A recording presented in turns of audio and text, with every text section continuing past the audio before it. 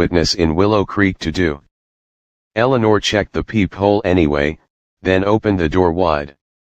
Karen stood on the welcome mat in the red sundress, the one with the thin straps and the hem that fluttered against mid-thigh.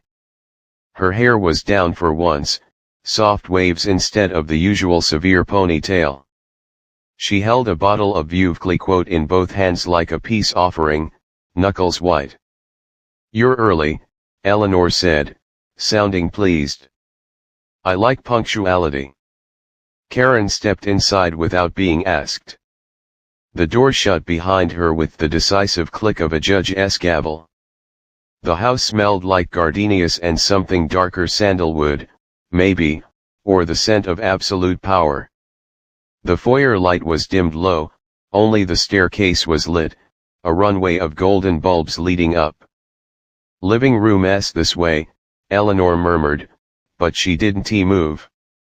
She let Karen stand there a moment, close enough to see the faint tremor in the younger woman's collarbone. Finally Eleanor reached out and took the bottle. Her fingers brushed Karen's as she did, deliberate and cool. "Cold," she observed. "Good girl." Karen's breath hitched at the phrase. She hated how it landed low in her stomach, warm and mortifying. Eleanor turned and walked away, hips swaying just enough under her cream silk wrap dress. Karen followed like someone on a leash she hadn't agreed to wear. In the living room the furniture had been rearranged. The coffee table was pushed back. A single armchair, Eleanor's favorite, high-backed and upholstered in deep green velvet, sat in the center of the rug like a throne. Two crystal flutes waited on a silver tray. "Sit," Eleanor said, gesturing not to the sofa but to the ottoman directly in front of the chair. Karen lowered herself onto the low stool. The dress rode higher on her thighs, she started to tug it down, then stopped when Eleanor's eyebrow arched. Eleanor poured. The Prosecco hissed and foamed. She handed Karen a glass, then took her own and settled into the armchair, crossing her legs with regal slowness. Silence stretched. Somewhere in the walls the air conditioning clicked on, cool air sliding across Karen's bare shoulders. "Tell me," Eleanor said at last, voice velvet and steel, "why you're here." Karen opened her mouth. Closed it.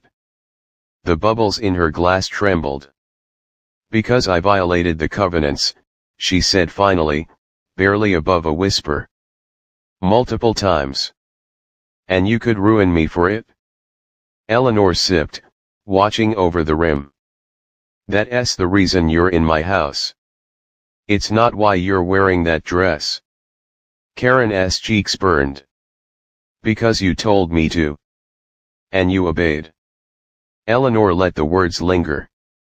"Do you know how rare that is around here? People nod and smile and then repaint their mailboxes the wrong shade of beige the minute my back is turned.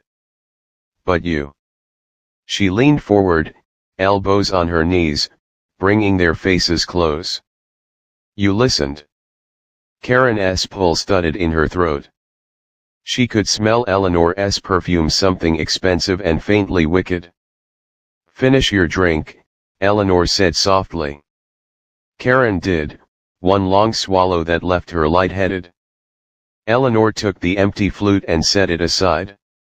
Then she reached out and tucked a loose strand of hair behind Karen's ear, fingertips lingering against her cheek. "Stand up." Karen rose on shaky legs. "Turn around." She did, slowly. The back of the dress dipped low, she felt Eleanor's gaze like a hand sliding down her spine. "Beautiful," Eleanor murmured. All that fire wrapped in apology. "Now come here." Karen turned back. Eleanor opened her knees just enough to indicate the space between them. Karen stepped into it without thinking, close enough that the silk of Eleanor's dress brushed her bare knees. Eleanor looked up at her calm, proprietary, utterly in control. "Tomorrow," she said, you'll file the proper forms for your door color. You'll drain that ridiculous pond. And you'll install blackout curtains in every room that faces my house. Because from now on, if I want to look at you, I'll do it when you're invited. Not because some telescope gave me an accidental peek. Karen nodded, throat dry. But tonight, Eleanor continued, voice dropping to a purr, you're going to kneel right here and convince me very thoroughly that you've learned who makes the rules in Willow Creek. She didn't move to touch Karen yet. She didn't have to. The command was in the air, thick as the gardenia scent. Karen's knees folded almost on their own. The rug was soft beneath them. Above her, Eleanor smiled like a queen accepting tribute.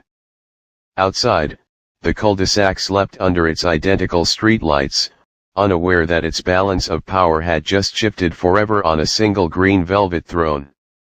And somewhere upstairs, the telescope gathered dust entirely unnecessary now.